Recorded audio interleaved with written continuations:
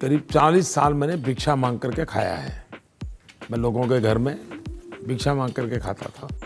এই ভদ্রলোকের জন্য একমাত্র বিজেপির এত খারাপ ফল। যদি বলেন কেন, এই ভদ্রলোক এখানে বলছেন 40 বছর ধরে ভিক্ষে করে খেয়েছেন, আবার আরেক জায়গায় আরেক রকম কথা বলেছে। মানে এত মিথ্যা কথা বলতে বলতে ধরা খেয়ে গেছেন সাধারণ মানুষের কাছে। মানুষ আর মন খুলে ভোট দিল না, মানুষ আর চাইলো না যে এই সরকার আবার ঘুরে আসুক। সেই কারণে এত খারাপ ফল। আমার এই ভিডিওটি দেখে অনেক অন্ধভক্তদের গালাগালি দিতে ইচ্ছা করবে, আপনারা গালাগালি দিন। ওই কমেন্টটা আমার জন্যে অবশ্যই দরকারি।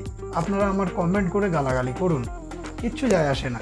আমি সত্য কথা বলতে ভালোবাসি। আমি জামশেদ মোল্লা আপনাদেরকে তথ্য সহকারে একটা ভিডিও আপনাদের তুলে ধরছি। ভিডিওটি দেখুন, তারপরে আমি বাকি কথাটা বলবো। मैं 35 साल तक भिक्षा मांग करके खाया हूँ। अब किसी का गले नहीं उतरेगा। আগের ভিডিও ক্লিপটা কি বললো? 40 বছর ভিক্ষে করে খাচ্ছি।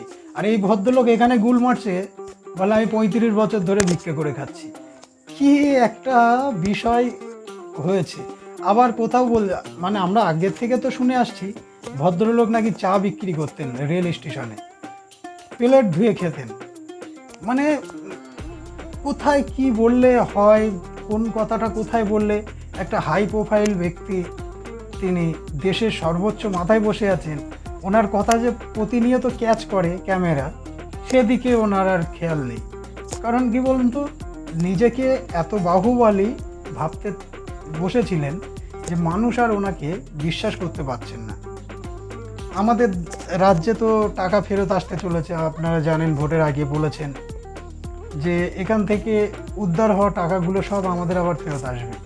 আমি ব্যাংকের অ্যাকাউন্টে একটা নতুন করে আবার করবো হয়তো। যাই হোক, আপনাদেরকে বলবো যে বিজেপির কর্মীরা যারা আছেন, আপনারা ভালো করে ক্যালকুলেশন করে তারপরে আমাকে গালাগালি করবেন। এই ভদ্রলোকের জন্যে একজন ব্যক্তির মুখ দেখিয়ে কতবার ভোট নেওয়া যায়? ভোট নেওয়া যায় যদি সেই ব্যক্তি প্রতিশ্রুতি অনুযায়ী কাজ করেন, তখনই তার মুখ দেখে মানুষ ভোটটা দেয়। আর আপনারা ভাবছেন যে সরকার হয়ে গেছে, তাই তো?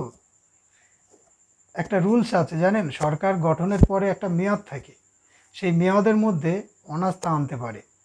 সেই সময় পর্যন্ত আপনারা দেখতে থাকুন, অনেক কিছু ঘটতে চলেছে।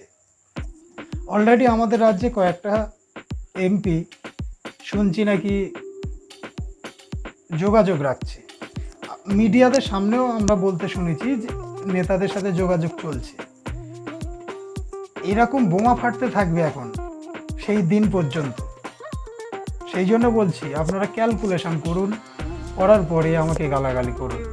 এই ভিডিও, ছোট্ট ভিডিওটি যদি আপনাদের ভালো লেগে থাকে অবশ্যই শেয়ার করবেন, এবং আমাকে যেভাবে সহযোগিতা করছেন, নতুন ইউটিউব চ্যানেল আপনারা জানেন, আমার ফেসবুক চ্যানেলটাও যদি আপনারা দেখেন, তাহলে অবশ্যই ভিডিওটি শেয়ার করবেন এবং একটা লাইক কমেন্ট অবশ্যই করবেন। আর যদি আপনার কোনো মতামত থাকে অবশ্যই জানাবেন।